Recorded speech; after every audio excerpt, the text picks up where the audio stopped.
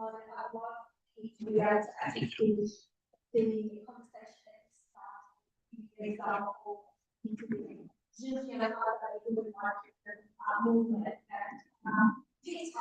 and we then at the time when she was murdered by the Iranian. So members, if you have got 4 minutes to wrap up the conversation and start, please. And we're very keen to listen to you.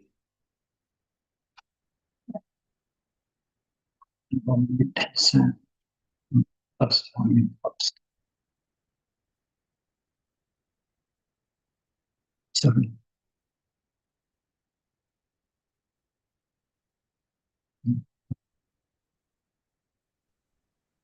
Darius, can you hear us? Yeah. Should I start? Yes, please. Yeah, just in 3-4 minutes, just wanted to make my main point, which was about lack of understanding and why we should understand minorities in Middle East when we look at the Middle East. The example that I used was woman life freedom, which, as I mentioned before, I don't know that you hear it or not, is a Kurdish narrative and has a long history in Kurdistan movement.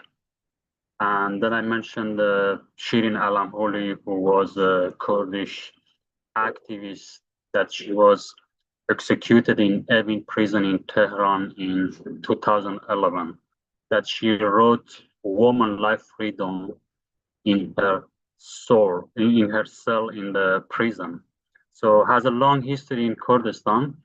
So it's a Kurdish narrative, is a result of Kurdistan political culture. And 3 years ago, when Jina Amini, who was a Kurdish woman, that she visited Tehran and she was killed by the Iranian government. And then in her funeral in Kurdistan, woman life freedom as a Kurdish narrative has become a manifesto for all of women in Iran, and then has become a global news. And I think most of people hear what's happening in Iran. So what is really important here, the problem is the double colonialism that I mentioned, this concept, to explain the situation. The woman life freedom has become global, but unfortunately in Western platforms like Western media, universities, and cultural spaces, they created a space, but this space went for Persian woman. So I mean, even in Australia, ABC made a documentary about it, and many women came on the media, on the mainstream, and talk about woman life freedom. But unfortunately, the space went mostly to Iranian woman, to Persian woman. I don't say that they shouldn't recognize or create space for Persian woman, but woman life freedom is a Kurdish narrative. And Kurdish people were paying the costs on the street. But unfortunately, the platform went for Persian women mostly. And one of the example was, for example, Peace Prize in Sydney, which is an important prize. That prize went to an Iranian or Persian woman who has no idea about woman life freedom, has no idea about Kurdistan. So unfortunately, when they created this space for Persian women, they didn't mention where woman life freedom come from. They didn't mention Kurdish people. Even they didn't mention that Mahsa Amini, her name was Jina. So even her name was a colonial name. So I mean, that was very painful that the Western platforms, because of lack of understanding, they get ally with colonizers and suppress Kurdish people and Kurdish narrative. So that is really, I think, is a great example that why we should understand Kurdish narrative, why we should understand minorities in Middle East when we talk about Middle East. And that was a really painful moment for Kurdish people who witnessed that their narrative, their resistance, their political culture was colonized, but this time by Western media, by Western platforms, by Western university. So I don't think that, I think that there are many women in Australia, Kurdish women who are scholars, who are writers, who are academic, but they were completely ignored in a country like Australia. So I think when we look at this example, woman life freedom, we can see that why we should understand Middle East in a way that minorities be a part of the narrative or the main discourse. That was the main point I wanted to make, which I think you didn't hear me before. Thank you very much.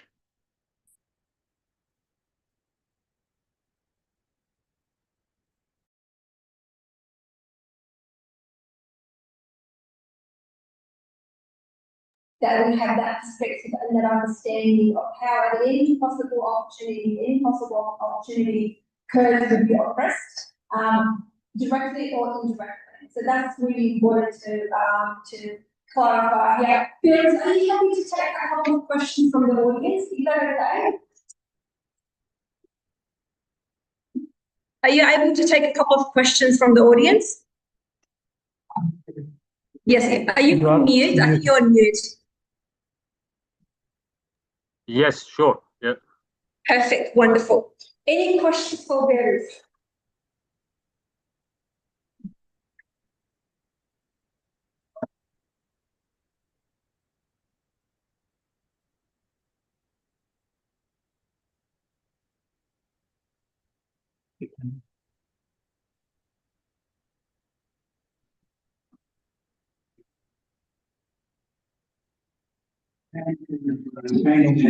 Yeah, from Sydney.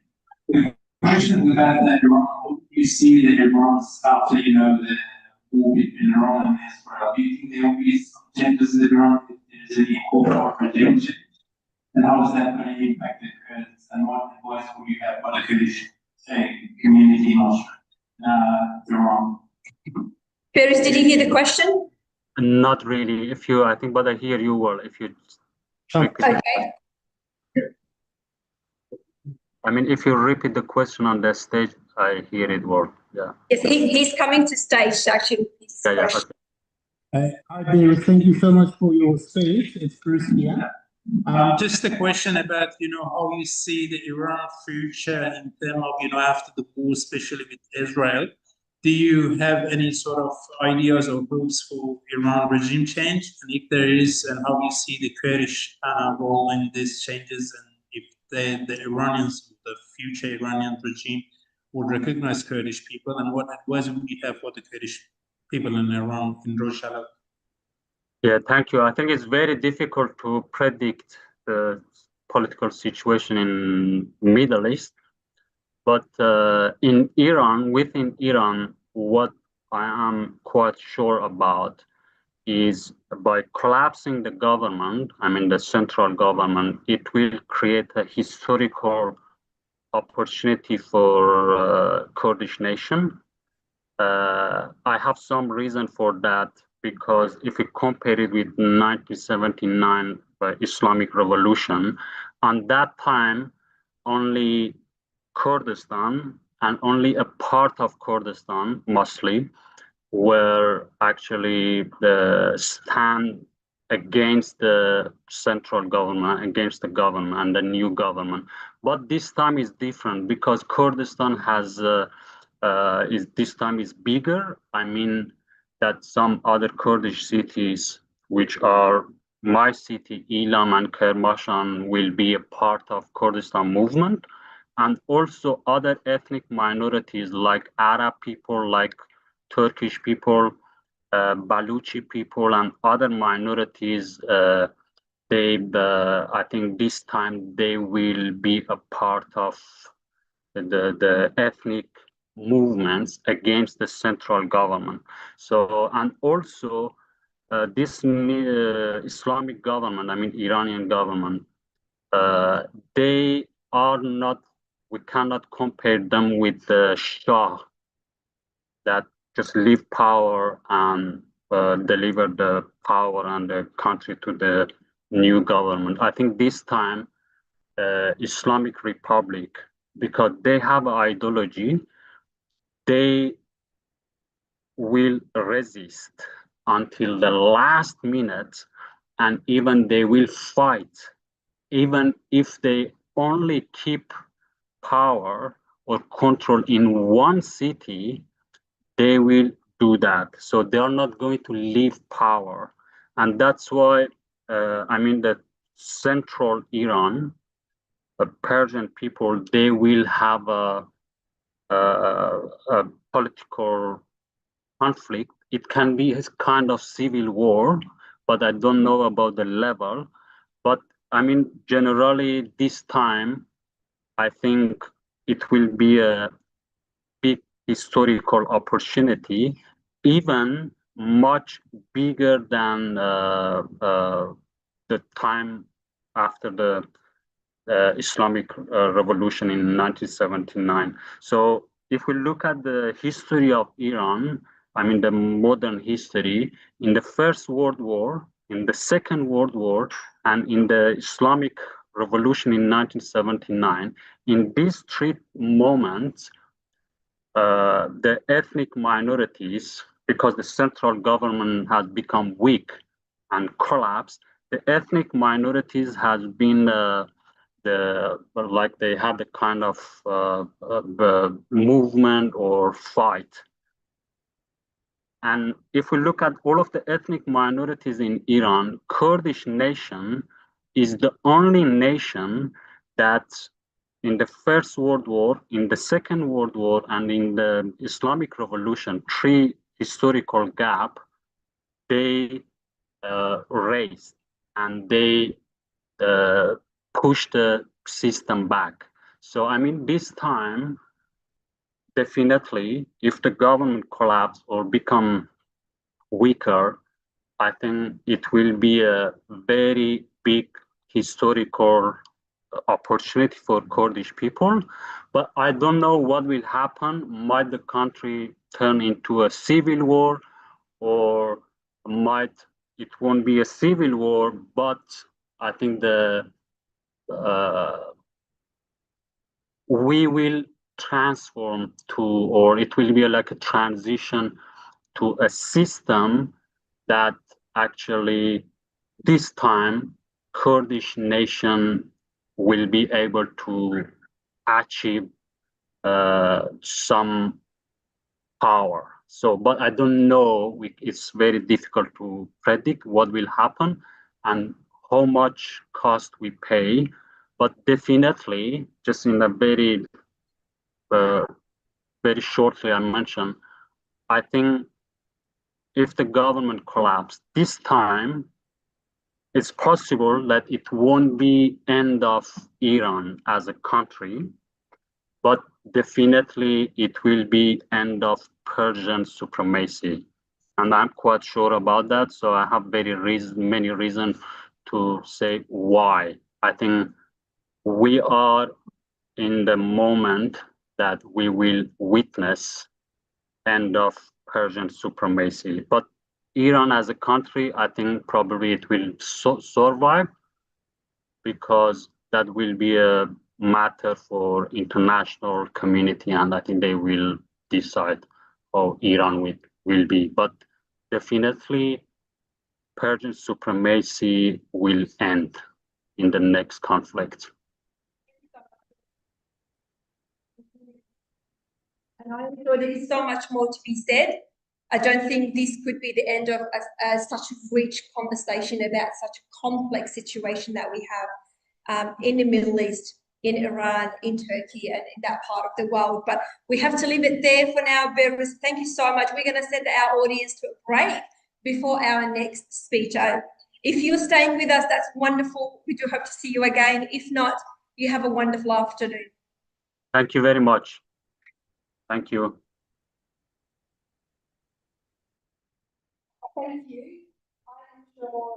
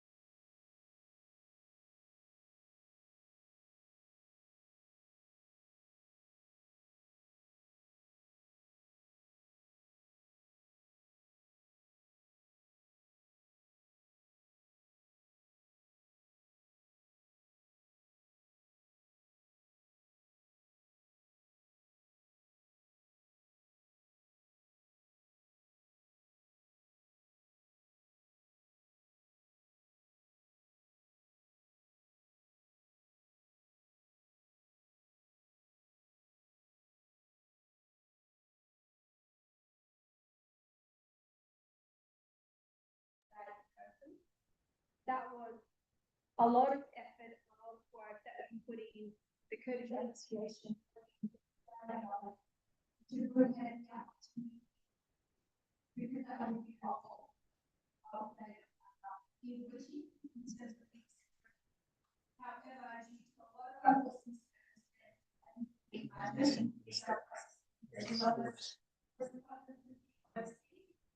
that's not happening. However, we do have a new code in a different way. In private state, let's get to know Nilufer a little more.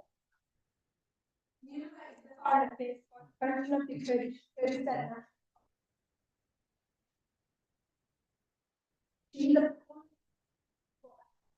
long-standing member of the Kurdish National Congress, where she serves on the Commission on Foreign Relations.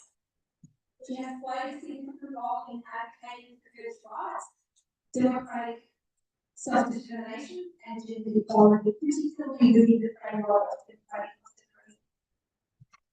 Ms. Koch frequently represents the Kurdish movement in international forums and has contributed to raising awareness about the Kurdish struggle in US and diaspora communities. Nilufer has really contributed in a lot of ways. She's a person, a woman that we're very proud of, not because of just the academy and the work that she does, but the contribution that she has around women and women's empowering women wherever she can. Currently, she is in Kurdistan, Baku. If you don't know where apologies, you know that you don't know where that is, it is actually the part that Iraq is governing. Let's say Southwest.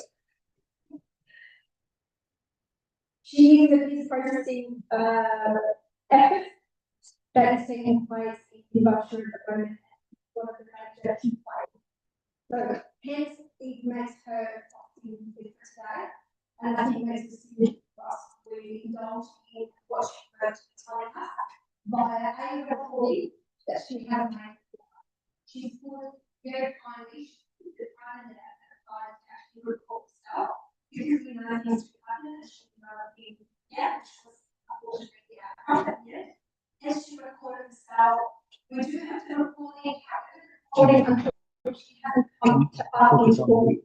So we will only be able to get 90 minutes of her speech, which is going to be quite honesty, but unfortunately, we won't be able to have all of that podcast to you and we'll listen to it today. However, we're absolutely grateful for the work that she's doing. As the recording that she did, I think we're really helpful. Yes, we are. We have the speech. After the speech, obviously there's always a question. But we need an opportunity for us to make a share observation for the audience. We will allocate that. First of all, thank you to the Kurdish Federation of Associations in Australia, and special thanks to the University of Victoria for organizing this event. And I would like to apologize that I didn't be there person. We are now very busy in the Eastern Canada. But rather than this, there was some difficulties. And nevertheless, I will try to contribute to the success of the event, because I think talking about the Lausanne Treaty is an issue not just Kurds, but it's international policy, how a nation made to a problem, to a conflict. In this case, how the Kurdish people have made to conflict 102 years ago. And you might know, after more when Britain and France have been the leading powers, becoming leading powers of the East. The first step they taken was to develop the documents amongst them by creating nation states which benefit the interests of Europe. And by dividing the territories, what had been done was choosing a nation as an instrument, as a card, as a tool to one disciplinize the creating nation states, and on the other hand, to challenge this nation, which was always fighting for their right of being recognized as citizens. And since the Constitution of Lausanne, or right at the beginning of the land was as such the biggest part of Kurdish territories that they given the new created Republic of Turkey. The other part was given to Iraq, and one was given to Syria, and automatically the second biggest part of Kurdistan came under the control of Iran. But the most worst part of the Treaty of Lausanne is not just the division of our territory of Kurdistan. The main problem was the denial of the existence of the Kurdish people. You must imagine that the nation was described as non-existent. So the Kurds should be vanished from the land. This was the message given to the four nation states, which Britain and France mainly have been active in creating these four nation states. Then was given a green light, whenever you want, whatever you want, the way you want to choose. You are allowed to kill the Kurds. So this four nation states become the context of Kurdish people, because when the people is recognized as non-existent in the agreement, that means you can do everything. So the Kurds wouldn't have any chance to go to the International Court for Human Rights, to the International Court of Crimes. The Kurds couldn't do anything because they are not existent. Officially, they have been recognized as Turks under the Persians. So this is the most worst part, the most brutal part of the Treaty of Lausanne. In 102 years, the Kurds never give up the right for the existence as a nation, the right to speak their language, the right to live their own customs, according to their customs and culture. In the 102 years, there was a war between the Kurds and Iran against the Iranian regime, against the Turkish regime, against the Iranian and Iraqi regime, against the Syrian regime. So these people never gave up hope to become free one day. This kept the Kurds, however, they have been lost several battles. However, their opponents, their enemies, like Saddam, was using first chemical weapons against the Kurds in Rojava, Iranian Kurdistan in 1987, because the Kurds doesn't exist officially. None of the states, the United Nations or European Council or the other, none of this international organization reacted. And this was mentioned Saddam used for a second time chemicals against the Kurds in Iraq itself, in Raqqa, on 16th of March 1988. In just 1 hour's time, 1,000 Kurds have been killed and 7,000 have been injured. Because there was no international reaction against Saddam, then Turkey was smashed. You say, well, when Saddam came to everything, why not we? Or it was mentioned also the Ba'ath regime in Syria, and you say, well, Iraq is doing it, why not we? Or when Turkey was killing the Kurds, destroying burning the villages, killing civilians, we have still 70,000 800 disappeared people, most of the politicians, academicians, intellectuals who have have been active in the 90s during the uprisings in northern part of Kurdistan, but Kurdistan has vanished. So they have been disappeared by so-called not known murders. But all was done by the Turkish state. They have been trying to knock at the doors of the Council of Europe, the United Nations, the national parliaments of the countries, no reaction. The argument was always that Turkey is part of the NATO, Turkey wouldn't do that, Turkey wouldn't violate the international law. is that the realignment we don't exist as a nation. So Turkey can do everything. They have the green light 102 years ago. Iran got the green light 103 years ago. Syrians, you have to say. This is the part, the very sad part of our history. But the good part of our history never gave up.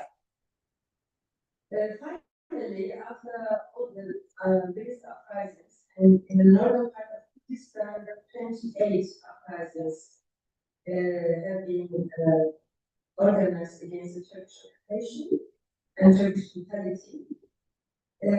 One of the final was the Shakespeare uprising, exactly on the 29th June 1925, 100 years ago, anniversary ago. We have been commemorating this day last month. And then the 29th uprising, the last one was the uprising Kurdistan was part of PKK in 1978. In Kurdistan, the last uprising was after the creation of Kurdistan Republic of Mahabad in Kurdistan. In Iraq, the resistance of Peshmergas never ended against King Faisal or late Khalid Sadat. So in every part of Kurdistan, even in the Syrian part of Kurdistan, a lot of political uprisings happened against regime. So it's a history of resistance, never giving up right to exist, never giving up right to be free. After 100 years, particularly after the last Kurdish uprising, the one led by Kurdistan Party PKK, I would say the destiny of the path of the Kurds has been changed radically. Because comparing this movement with other who were modern, valuing the participation of women, and also one of the characteristic values of this movement was being able to coexistence with other ethnic groups and religions. That's why from the beginning onwards, always non-Kurds have been also part of this struggle against the regime. After 1987 until 1990, then the political struggle of the Kurdish movement led to last movement of Kurdistan uprisings, which we call Seltas, like the one in Palestine in the 90s. We have the same in Kurdistan and other Kurdistan. This is very important for the revolution or for the changes in other parts of Kurdistan because Turkey is the only state in the Middle East which is the partner of the NATO, and Turkey is the only one which is very close to the European institutions, member of the Council of Europe, and candidate to the European Union, members of the European Union. So by raising the Kurdish right to self-determination against the Turkish state, offered us also to act in the international arena. Also, parallel to the uprisings of the Kurdish people, we have been also able to act diplomatically to remind the organization where Turkey is member of saying Turkey has to comply with international law. So there was also strategy of the Kurdish diaspora very powerful since the 90s until today, and later on also the Kurdish resistance struggled in Australia, in Canada, in Japan, everywhere. So wherever you have Kurds, they have now been able to act as a nation.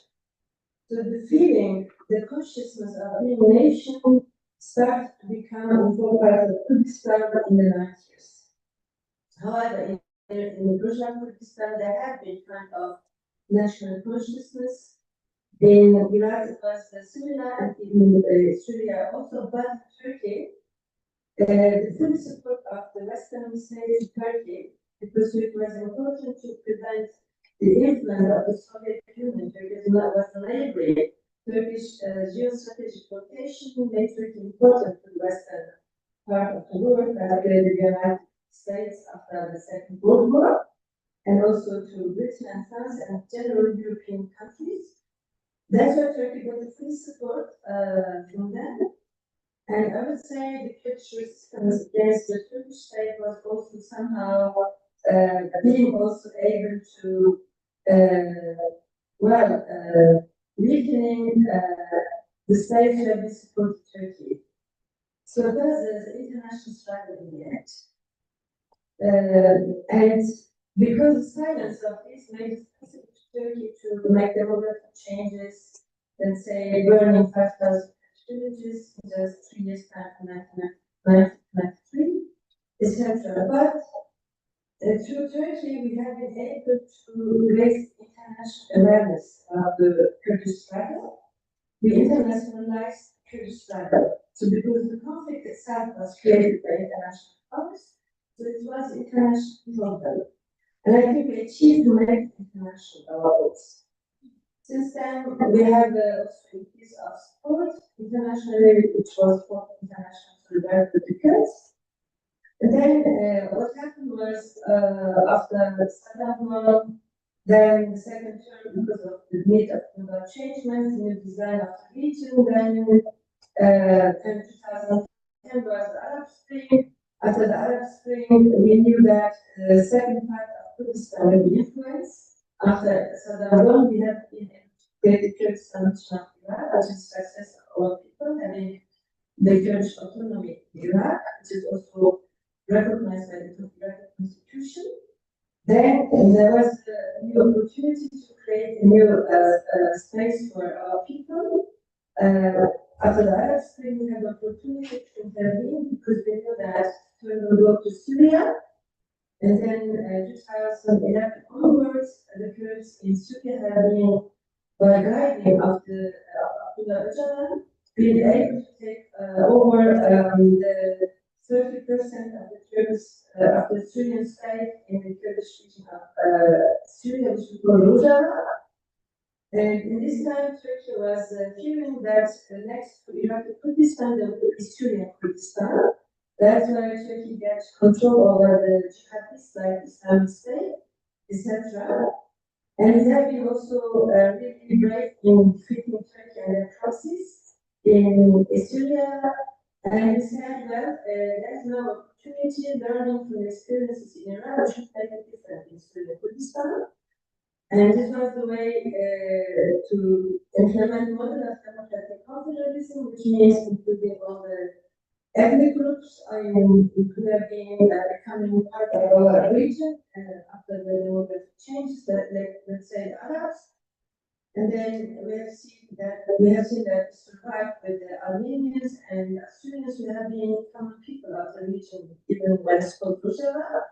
So we can survive together and keep together, and that was, I think, one of our most important victories in Syria.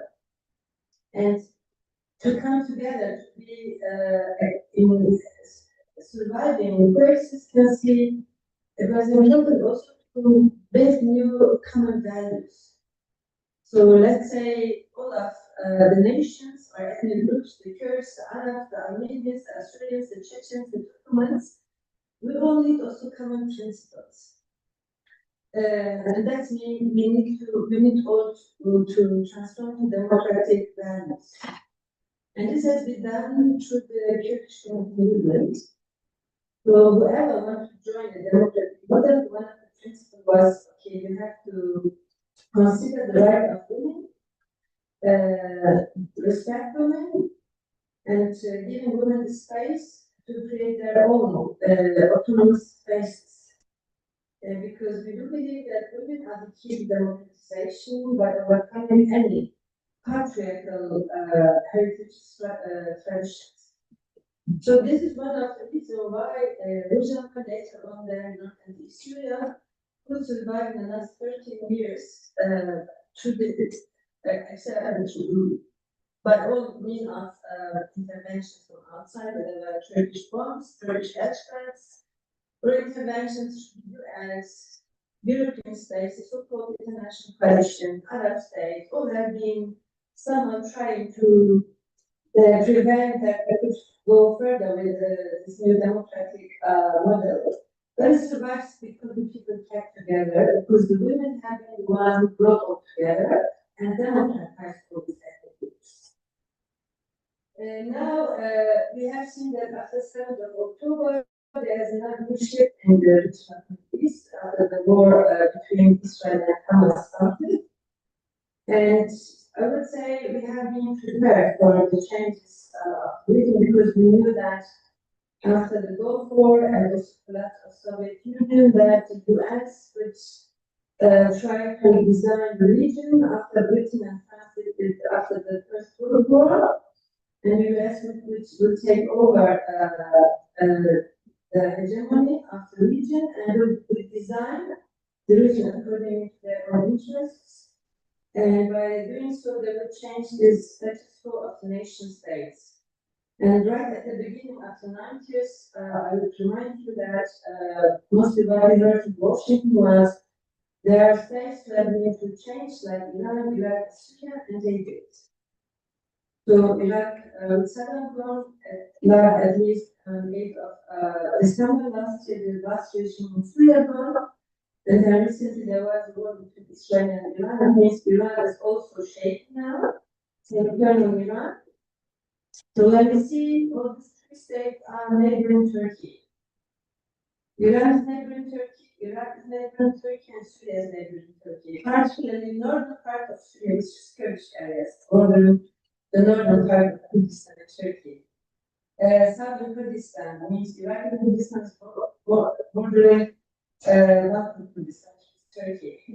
And also Rojava is bordering Turkey, which is bordering also northern Kurdistan, Turkish part. So when you see these changes around Turkey are affecting Turkey directly. And the other problem which Turkey was facing is that the US had been investing a lot in Turkey as the member of NATO, but when Erdogan achieved the peak of his power, he was then saying, well, I got enough support from the European Union, from the US, so why shouldn't I go choose my own way, create my own idea, making Turkey great again like the former Ottoman Empire. And for that reason, actually, Turkey was fighting us in the last 10 years in Iraq, Kurdistan, Syria, and also in northern part of Turkey. Since 2015 until last year, October, Turkey declared to come war against us, but couldn't achieve anything. So the other reason why Turkey was fearing after the changes of 7th of October was first they've seen that they haven't been able to the Kurdish movement, as the Kurds on the party, PKK and PKK movement in northern part of Iraq, southern Kurdistan, the mountainous area, northern part of Syria, and also in Turkish part of Kurdistan. Turkey couldn't achieve anything by using drones.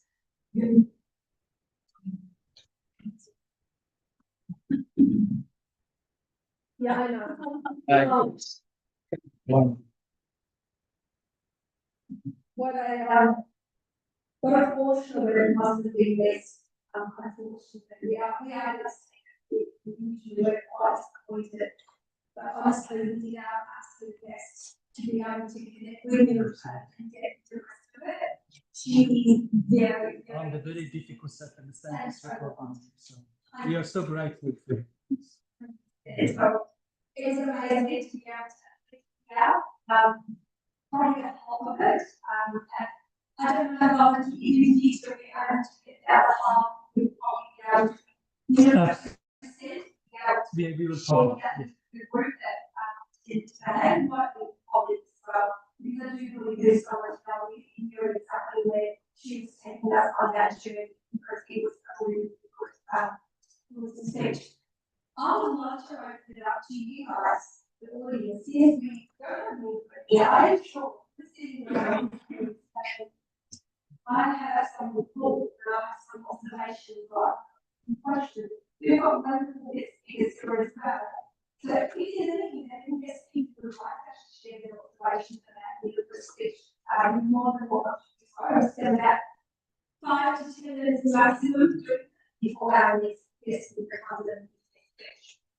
Open the floor to you guys. And I've got microphones to you and up to everybody. Let me make it more available.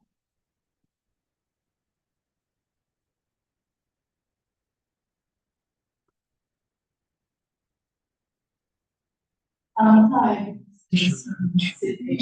I just want to get next to the thing like up and John. I think great for origins of Lisbon.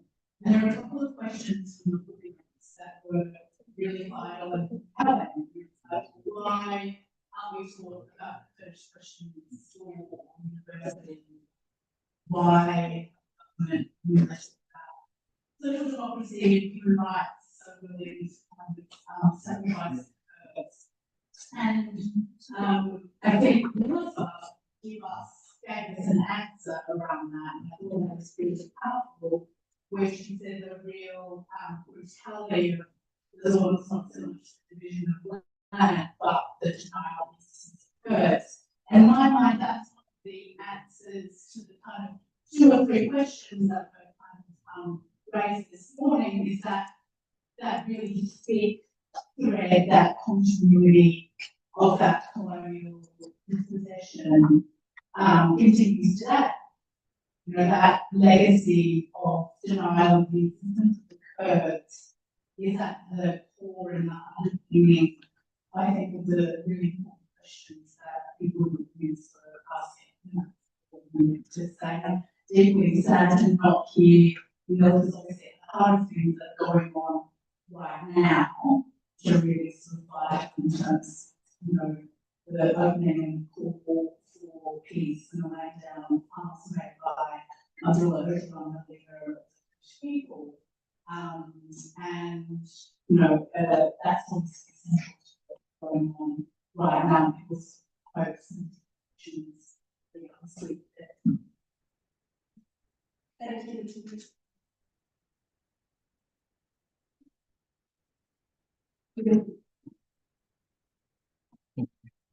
Thanks. I think from the legal perspective, one thing it was correct, the critical dimension. In 100 years, 102 years time, London divided our country with this, but it must be quite important the human side of the illegal law will not exist. There's no protection. That's what the other clearly saying. Anything, any genocide, any disruption occurs in one right to national culture, as I mentioned, in very diversity. This agreement lead away from culture and political and also non-protection on the legal basis court of international court. There is no jurisdiction to protect the court. That's why there was so many genocide, so many disruption, so many. That's why there are years of assimilation. That assimilation is something that form of genocide. It is destruction that happened in our country. Thanks to Kurdistan freedom, Kurds have come to the point that now we can ratify less than, and the political environment paved the way. Kurds ready for challenge. And this legal basis that actually is not a legal basis that international put up Kurds is no and only valid. So hopefully this conference will pay off. She was here and unfortunately it was very, very difficult circumstances. We thank you to the Kurdistan National Congress and the opportunity for that foreign speakers. Thank you.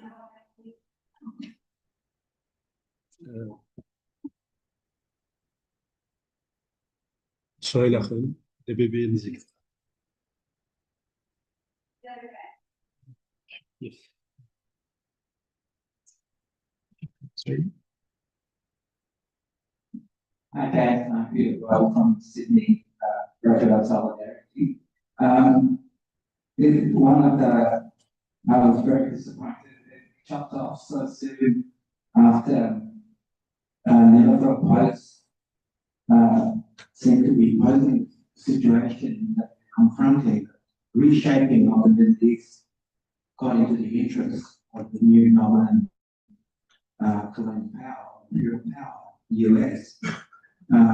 Because, and we great to ask the question, because there's been this disturbing recent report from a meeting in Ankara, I think, where Barrett, the special envoy, US special envoy to Syria, reported to have given a 30-day ultimatum for the SDF to merge into the armed forces of the HTS. Now, I was wondering if anyone here has heard that there are ongoing subsequent follow-up discussions possibly taking place in Paris now.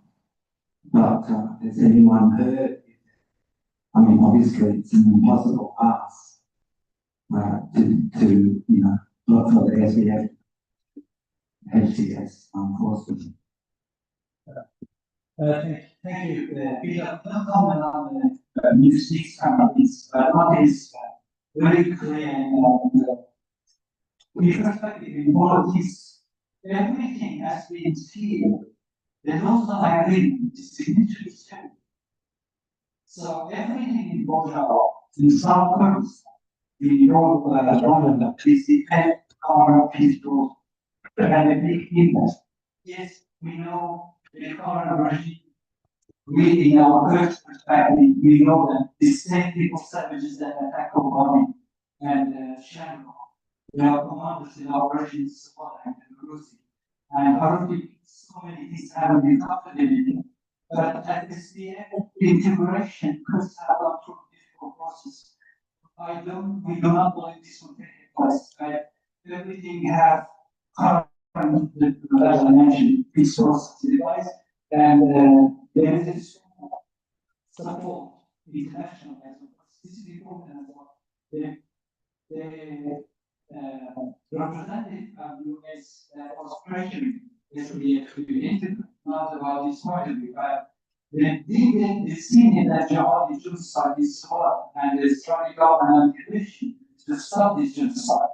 It changes dynamic. It does change. We put 131 step back. We put the representative of the speaking different language because they know these people are not and build Syria unity or democratic system and spiritually all have the own another thing like faith and government, which is here and what that is Syria has always seen to have its own government with its federal structure or autonomous structure in unified Syria. Thank you, Haval Haki. We're going to our next guest speaker. She has been patiently waiting for us online. Shukriya Radost is her name. Shukriya is a PhD researcher in international security at Virginia Technology, specializing in the Middle East security, non-state actors, and securitization of ethnic groups in Iran. With over 15 years of experience as a legal advisor, writer, and a political analyst, she has contributed to numerous international outlets and participated in major academic and policy conferences across the US, Europe, and the Middle East. Shukriya is affiliated with the Middle East Institute and contributes to the Washington Institute for Near East Policy and the Atlantic Council. She is a member of the International Federations of Journalists and a frequent TV commentator. She's providing expert analysis on Middle East geopolitics, ethnic politics, and international security. There is so much more that Shukriya does. Shukriya, welcome. I do hope that you did hear me as I introduced you to our wonderful audience today. The floor is yours. Welcome, and please make a start. Thank you very much. I was lucky enough to hear that kind introduction about myself. Thank you very much. It's a privilege to join this conference. I would like to thank you, the Federation of Democratic Kurdistan Society, Australia, and Victoria University for organizing it. I want to build my conversation by focusing on how historical decisions, especially the Treaty of Lausanne, have shaped the Kurdistan experience and how that legacy continue to impact the Middle East today, as well as broad international security. Let's begin with briefly look at the geopolitical context after the Ottoman Empire, the moment that this empire collapsed and reshaped the Middle East modern history and sealed the fate of the Kurds and that who had largely lived under Ottoman rule. The previous guest, he talked about all these border of Turkey, Iran, Syria, and Iraq. I don't want to go to that details. What my focus will be about how we had a two empire. Let me make my PowerPoint more clear. What I can see here, it should be played much better. So the collapse of the Ottoman Empire or Lausanne Treaty that we are talking today about, we're talking about one of the empire who had the largest part of the Kurdish territory, Kurdistan of Ottoman Empire, which we call it. So when this Ottoman Empire collapsed, we know the result was a nation state established in Turkey, Iraq, and Syria. The nation state based on the one identity and exclusion political system. But the next to that empire was another empire, the Persian Empire, and since the Safavid Empire until the collapse of the last monarchy in Iran, Pahlavi, this empire, the Shia Persian Empire, was supported by European too. The part of the history of the Middle East, I found it mostly been forgotten by researcher and academia and Western researcher. The reason goes back to the support that Western, mostly UK, United Kingdom, had for Shia Safavid Empire against the Sunni Ottoman, their main rival. So the same time when the collapse of Ottoman Empire happened, the Lausanne was signed and the nation state were established in these three countries. And the next border, it was another empire turned to nation state. It didn't collapse, it turned to nation state. So when we make ourselves familiar with the empire system, which is a mosaic of the different diverse ethnic and religious groups, when that systems collapse, the new state born. But with the Persian Empire, it didn't collapse. It turned to the one nation state based on one identity, dominant identity of ethnic groups. That dominant ethnic group identity were Persian, and the religious was Shia. So all the history of this state become exclusion of other identity and other groups and religious. They were neglected or faced assimilation in this new era of the Iran. But when we're talking about this nation state, why I started focusing and dividing these two empires and show how one was the result of the collapse of the Ottoman Empire. The result was the creation of these three countries. Other wasn't tagged and it stayed in the place and turned it to the nation state with the support of the Western. So the Lausanne is a clear betrayal of the Western against Kurds, but my point is that betrayal of the Kurds didn't stop a century ago. Half century later, this betrayal continued when it's come to the Kurds in Iran. So I explained about this part, how this come to this, the Lausanne, the consequences of Lausanne was institutionalization of the stateless of the Kurds. And the result was how we see the Middle East today, how instability, insecurity, all this is a result of what Lausanne created in this region. But how about Iran? What happened to the other empire, which my focus would be on mostly on that because it's international security threat coming from this country now, and even change that I want to talk about the current change in the Middle East mostly is because of that regimes in Iran is weakening. So when Iran in 1979, when I'm saying that after Lausanne against the European betrayed Kurds half century later, because when in 1979, Islamic regime came to the power, Kurds were the first group, they stand against this system. They try to warn the international community that the regime that the Khomeini and his partner trying to establish is a threat. But Kurds were alone at that moment in 1979. When they stand against the Islamic regime, they didn't vote with the referendum that this referendum Khomeini put it into place for voting for the Islamic regime in Iran. Kurds boycotted this referendum. The result of Kurds standing against the regime was jihad against Kurds by supreme leader of Iran, and Iran became the first country, modern nation state, declaring jihad against its own Muslim population. And secondly, the first militia group that's important part I want to emphasize on it. The first militia group that Islamic regime used was against Kurd inside Iran. It wasn't outside Iran. So when the IRGC was first, they trying to join power, the volunteer member joined these militia groups, which wasn't IRGC at that time. It was a volunteer militia group, joined the power based on the fatwa of the cleric Khomeini. They came together and they attacked Kurdish region and the Kurdish civilians. That militia group later has become the hugest threat to the outside of Iran, to international security and the world, and firstly for the region. So what started inside Iran and what started with the Kurds didn't end with the Kurds. It started become a threat to the international security. During that campaign of Islamic regime against Kurds in Iran, more than 10,000 people being killed, more than 100 villages being destroyed during that attacks.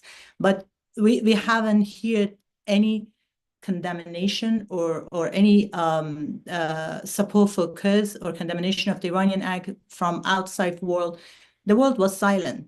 You will ask why they were silent. So that's a huge, it was genocide went on. I can show you the photo and the image will talk louder.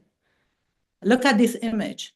This is Kurds, Kurdish kids being attacked by Iranian. It wasn't like collateral damage. They were deliberately attacked. So that genocide, this is another example of the genocide happened in Iranian Kurdistan region by Islamic regime.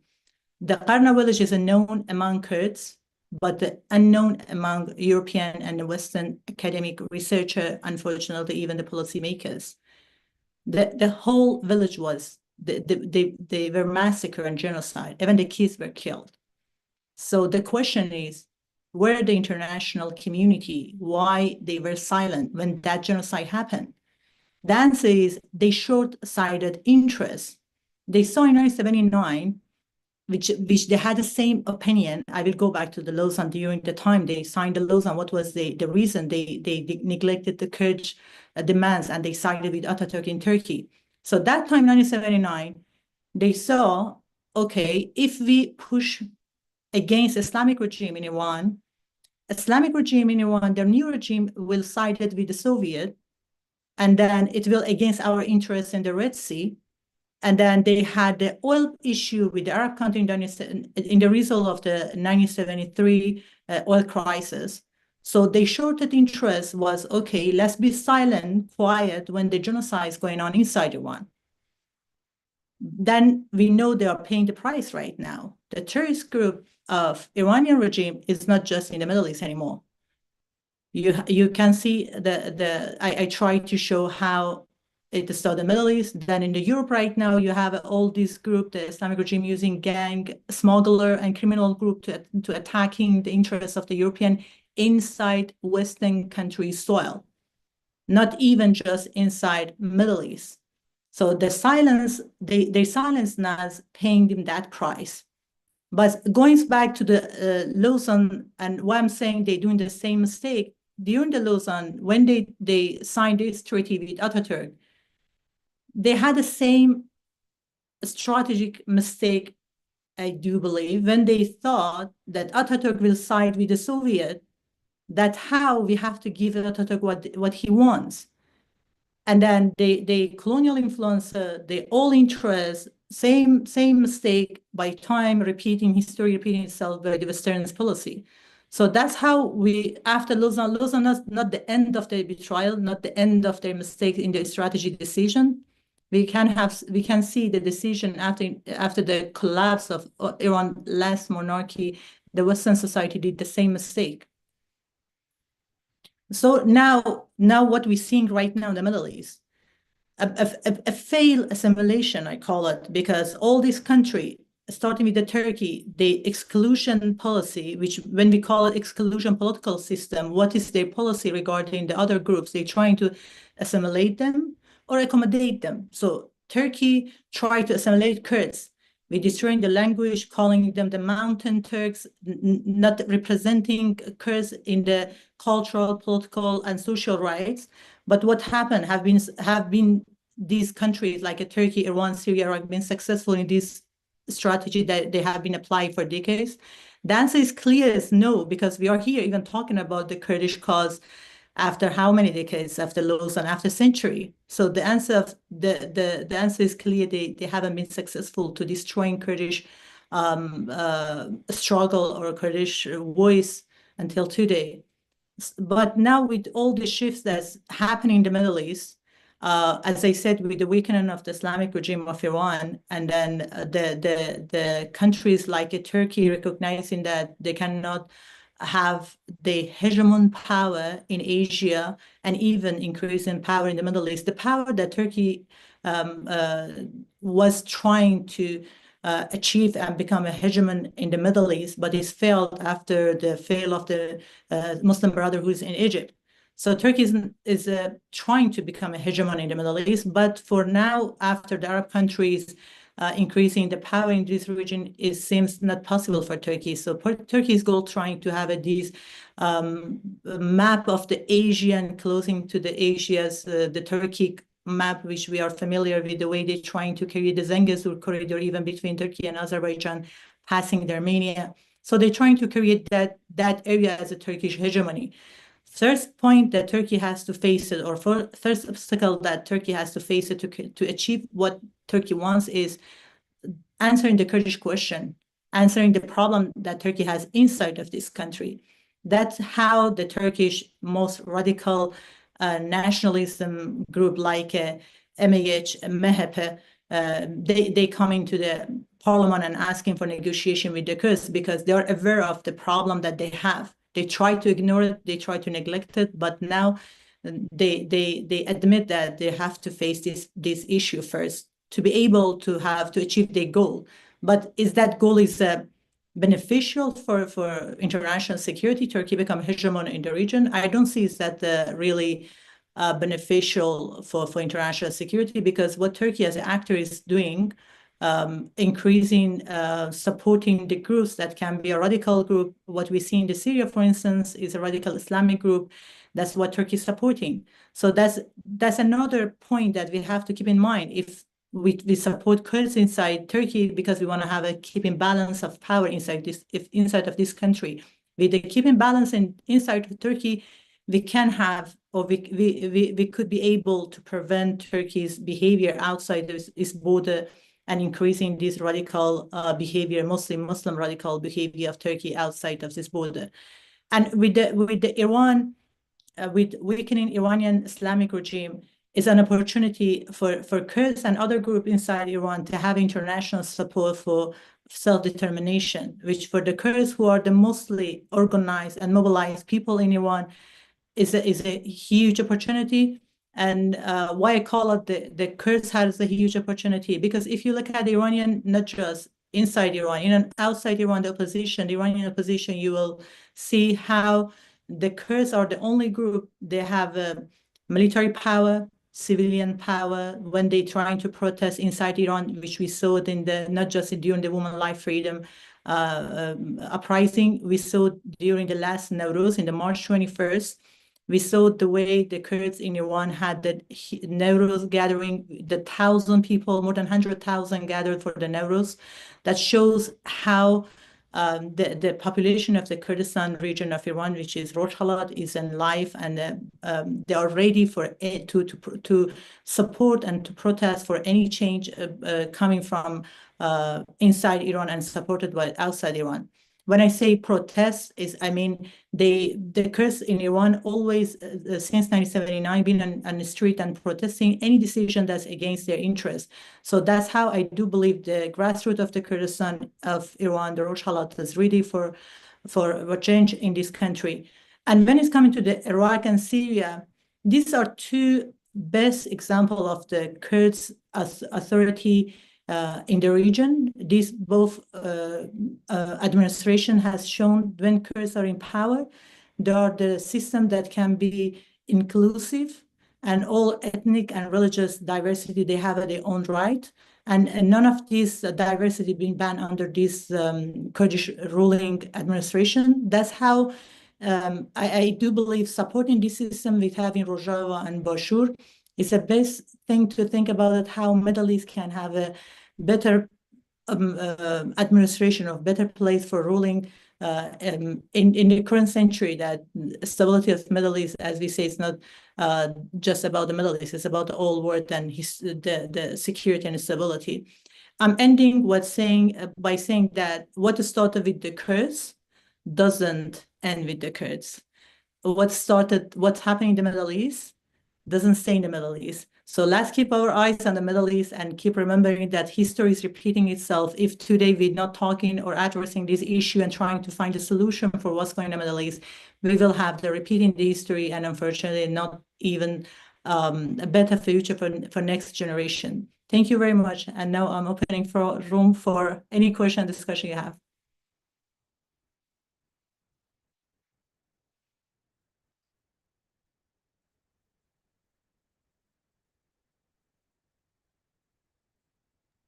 Shukri, can you hear us? Yeah. Perfect. Apologies, you missed the clapping in the room. I think there's a lot of appreciation for your speech and the presentation. I am going to open the floor, as you requested as well, Shukriya, to the audience to see if they have any questions. If you do, please come forward. You need to actually use the microphone from the laptop. Unfortunately, we won't be able to accommodate it with the microphone that we have. So any questions for Shukriya? Any observations that you'd like to come and share?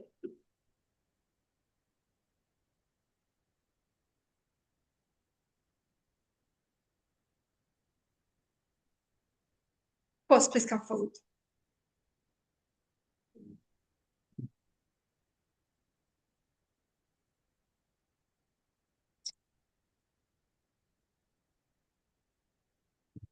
Thank you so much, Shukriya, for your great presentation. So you mentioned the opportunity for Kurds for self-determination and just the opportunity in how the West can help us. But what about ourselves? What should we do? What the Kurdish organization should do? What's the next step for us? Thank you. Do you want me to answer now or waiting for the second question, or I don't know the process? Yes, please go ahead and answer that question. Sure. Thank you very much. Thank you for your comment and for your question. For the Kurdish who want to support the Kurdish movement inside Iran or Iranian Kurdistan, Baku, Turkey, Syria, and Iraq, I do believe we have a strong civil society inside and outside the country. The good thing with the Kurds, we have connections. When I'm talking about the Kurds have a power to mobilize better than other part in Iran, the reason I'm saying that because our connections is with each other is strong. And why we have a better connection with each other, that goes back to the relation that we have with the state. Kurds in the history of these countries, and I'm aware of Iranian one strongly, I can say based on my research, that Kurd never trusted the central government. They never seen the state as the government as their government. So when there is no relation with the government and society, and this link never been there, so they never trust this government. So what they do, they trust each other for protection. That's how Kurdish community and the Kurdish mobilization inside this Iran's going on. It's been happening in the history until today. So that's how the Kurds in Iran, the most mobilized people against Islamic regime, not just Islamic regime, since the nation state was established in Iran by Pahlavi monarchy, when they give Iran one identity, dominant ethnic group identity, Persian Shia identity. So that's how I do believe this connection, this power that Kurds have inside of the country is opportunity that can be relied for any change inside of Iran. For people, and there is that's the reason it's easy, it's not that difficult to support people inside.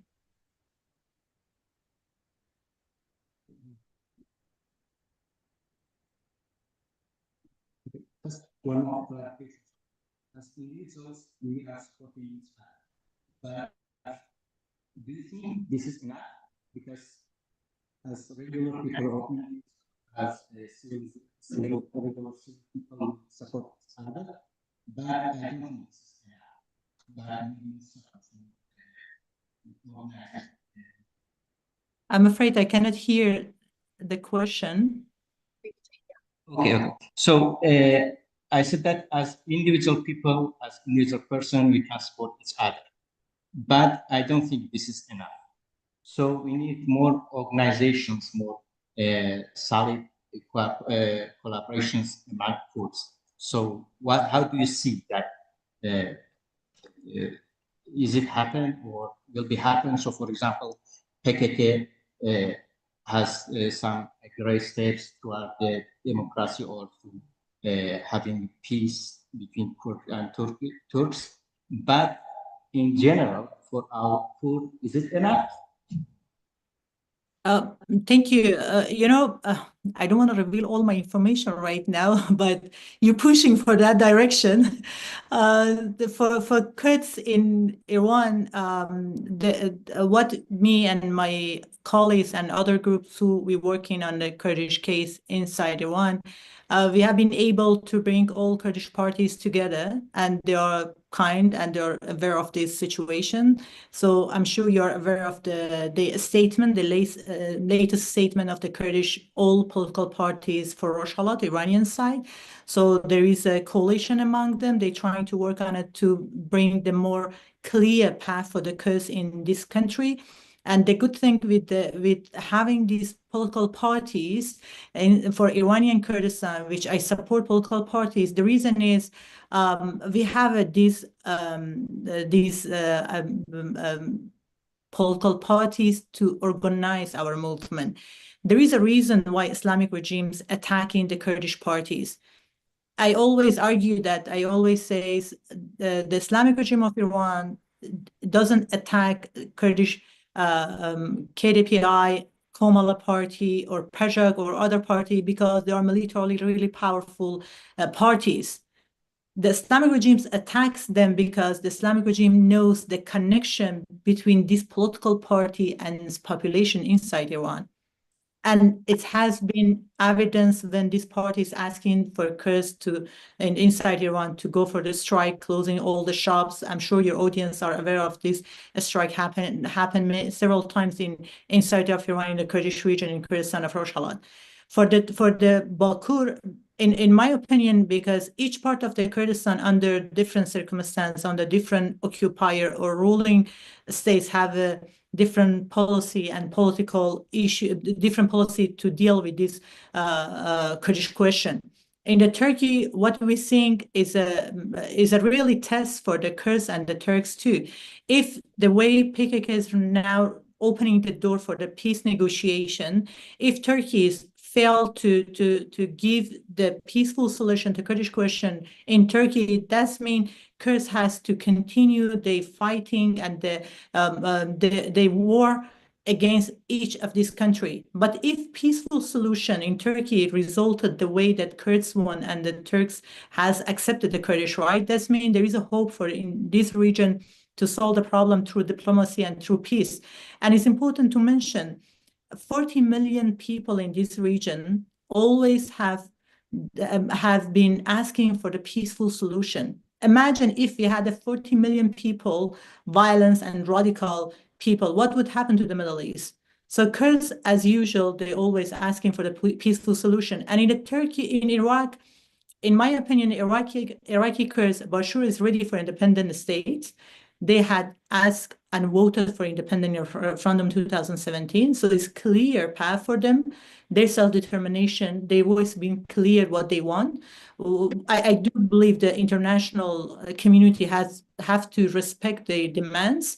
And for Rojava, that's the Rojava's people, the Syrian Kurds decision what they want. For now, what we see, they want to stay with Syria. They want to have a decentralized state or government inside Syria. So what I'm trying to say, each part of the Kurdistan, based on what the Kurds want should be decided, and the self-determination is the Kurdish population right, and not just the countries like Iran, Turkey, Syria, and Iraq should respect the Kurdish demand. The international community have to support the Kurdish self-determination.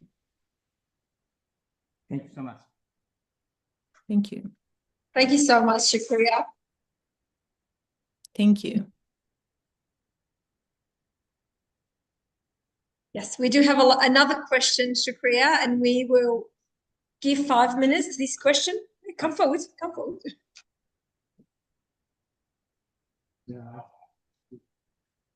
Hello.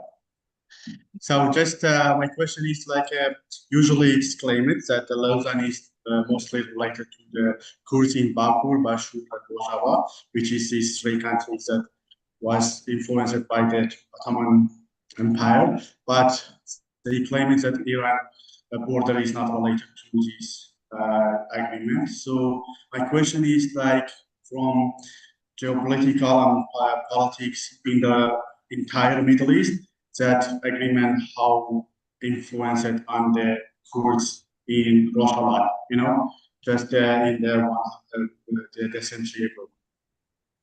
Sorry, I didn't get the last part. You mean which agreement? No, just in the regions there was like a Ottoman Empire and the Persian Empire.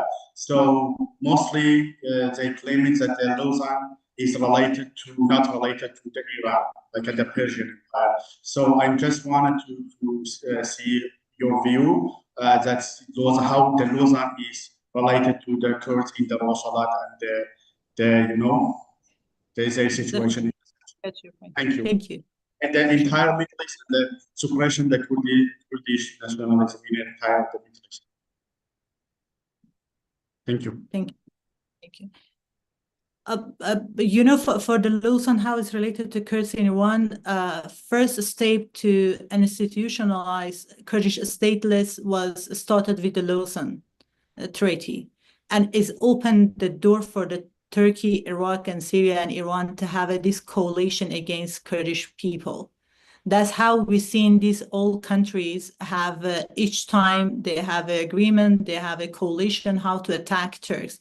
Even some of them, they pay the price. When I'm talking about the Zangezur corridor, if you go back to during the Ataturk and Reza Pahlavi, the way they signed the last border, the borderline between the Bakur and Rojava, between Iranian Kurdistan and Turkish Kurdistan, Bakur, you can check the map of the Qatur in the Maku. You can see when Reza Khan signed some treaty with the Turkey, at the end, that is the reason they lost the Zangezur. And even Zangezur, now Turkey and Iran have this dispute, and there's a huge problem right now for Iran. It goes back the time that they signed this treaty and they divided that border of the Kurdistan. They signed the last border because they had this kind of coalition, this alliance against the Kurds. And with the creation of this state, because of the people are the same, the line that's been drawn in this land, in this Middle East, just dividing these people. So what happened to the Kurds in Turkey or Bakur has a direct influence on the Kurds in other side of the Iran, which I'm from the other side of Iran. When I'm from Urmia, so Urmia is a border with the Turkey, Iran's border with the Turkey. The other side of the border, people in the one and Gavar, who knows Kurdish map.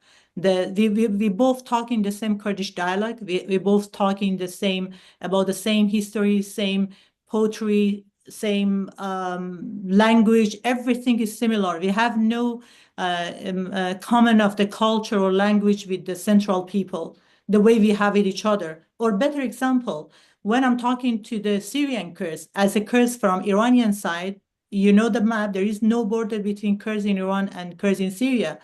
But when I'm seeing some people from Qamishlo or Hasaka, we have the same Kurdish dialect, same culture, same history. That shows you how far in the map the Kurd from Urmia or from Qamishlo could be. But in the end, their culture, everything is same. So that's how, if something happened to Rojava, has a direct impact or direct support from the Kurds in Iran. But I do believe maybe it should be, I have to have more time or another conference. We have to talk about the solution for Kurds with this map or this population we have. Do we have to continue fighting with the Great Kurdistan? In my opinion, we could have several Kurdish states, not just one Great Kurdistan. It might be more realistic to fight for the several Kurdish states. The way we have a several Arab states, we have a Turkish states, we can have several Kurdish states too. And that's the solution, is maybe more realistic to find the Kurdish question, an answer or solution for Kurdish question in the region. Thank you very much, Shukra. There is one last question, a very quick one, apparently. So let's see how quick that is. Thank you, Shukriya. And I have a very quick question for you. It is hard for me, at least, to isolate what is happening in the region from what happened in October 7. So my question is that how you relate, or do you see any connection with between the peace process in Bakur and also the geopolitical changes in the area that is predominantly related to Iran, the loss of power by Iran and the growing influence of Israel? Do you see any connection between the peace process and the geopolitical changes mostly related to Israel and Iran? Thank you for your question. It's a great question. As for a previous question, I had the same comment that it needs more time to explain more, because 7th of October started with the failure of Israel security and winning of Iran strategy in the region.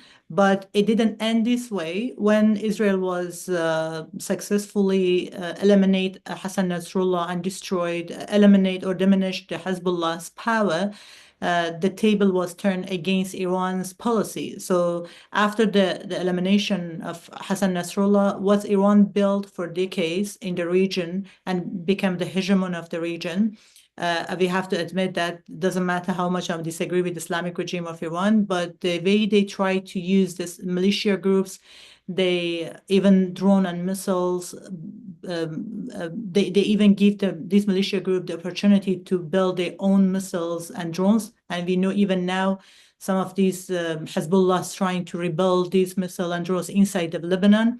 So the way Islamic regime was successful to create this axis of resistance and bring this militia group to the power, give them that hegemony in the region. They had a control of Iraq, Syria, Lebanon, and Yemen is the most important part that joined the axis of resistance later after 2000. They started supporting Houthis 2009, but the support came after 2014. So when they had the support of these militia groups, Iran was successful and more powerful, but in which way? It was more in attacking or threatening the stability of the region, not in a beneficial for Iranian or Iran as a state. So their foreign policy been focusing on that. For first, when Islamic regime of Iran, after Iran-Iraq war, they trying to use this defense strategy, military doctrine, they try to use these militia groups to make any war a way to get closer to Iran border. But after Arab uprising after 2011, when Iran were able to control the power in Syria, the military doctrine changed to defense, to offense strategy. So they try to attack more, not to defense. Even Hezbollah, if you check the Hezbollah's policy, it wasn't defense, it was offense. So you can see the change in the region happen. So who was missing all this power when Iran was successful in this strategy was Turkey.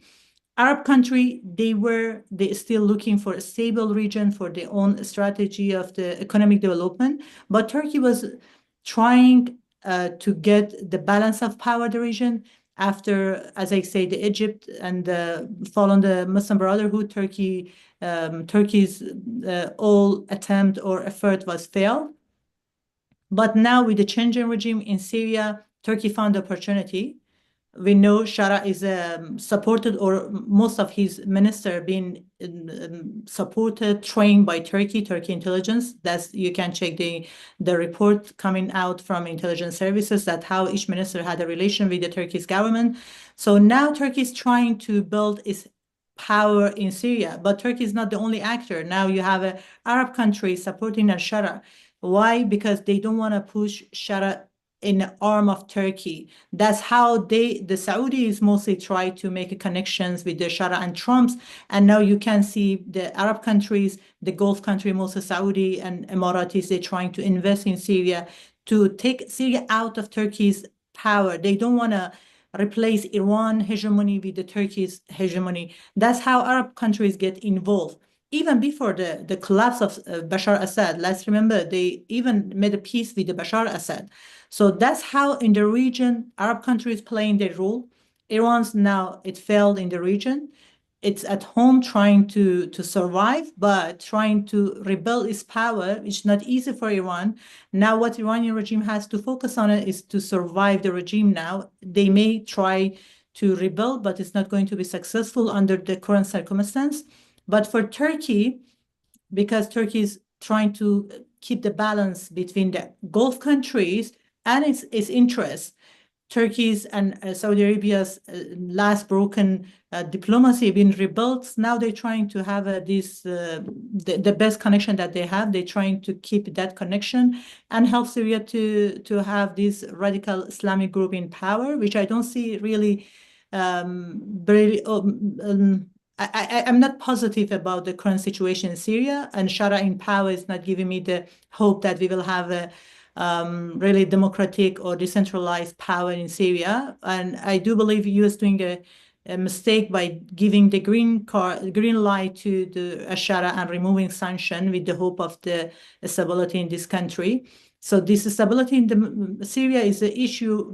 We have to wait and see. If Syria is not going to be stable, then there is another chance for the militia group, Shia and Sunni, both to raise in this border and will attack both, not just Israel and other countries. Jordan is one of them. But for Turkey is a danger too, because let's remember, Turkey's focusing of Islamic ideology is a now threat inside of Turkey. In 2018, I wrote with about this topic, about how if Erdogan stay in power longer in Turkey, Turkey would more look like Iran, more focusing on Islamic governing in Turkey. Now I do believe is a turning against Turkey's security, because Islamic ideology increasing in this country. That means radical groups will push the governments, which we saw in the last election in Turkey, how Islamic and their opinion, they support and they stand against Israel, against the Ankara's relation with Israel, cause Erdogan losing few seats. I hope I answered the question. I know it was boring, long, but trust me, this kind of question needs more and more time to answer. Thank you so much, Shukriya. I do believe you respond comprehensively. Really appreciate you joining us all the way from the United States, if I'm not wrong. What's the time at your side at the moment, Shukriya? What time is Actually, I'm in Vancouver, Canada for another conference. That's why I'm not there in person. I'm in Vancouver for the conference. It happened in the 13th of July, the anniversary of the assassination of Dr. Qasem Lou by Islamic regime in Vienna. So it's pretty. That's amazing. Well, thank you so much for all the work that you do. Really appreciate you. We're going to leave it there. If you would like to join us for the afternoon, which probably is going to be a bit difficult for you considering the time that you have. But if you would like to, please feel free to do so via Zoom. We're going to send our audience to a lunch break before they fall asleep on us. Thank you very much. Thank you for patience and listening to all my explanation. Thank you. Appreciate it. Have a great time. Thank